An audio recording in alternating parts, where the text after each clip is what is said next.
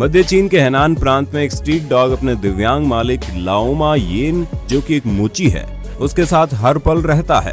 ये डॉग रोजाना घर से करीब 1 किलोमीटर दूर उसकी शू रिपेयर स्टॉल तक होममेड व्हीलचेयर को धक्का मारते हुए निकल जाता है, जबकि उसे ऐसा सिखाया नहीं गया।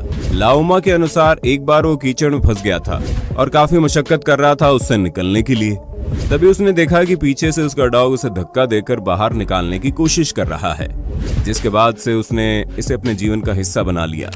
लाओमा येन भी इसे अपने बच्चे की तरह प्यार करते हैं और जो भी खाते हैं बांट कर खाते हैं। ये सबूत है जानवर हम इंसानों की तरह गरीबी अमीरी देखकर प्यार नहीं करते।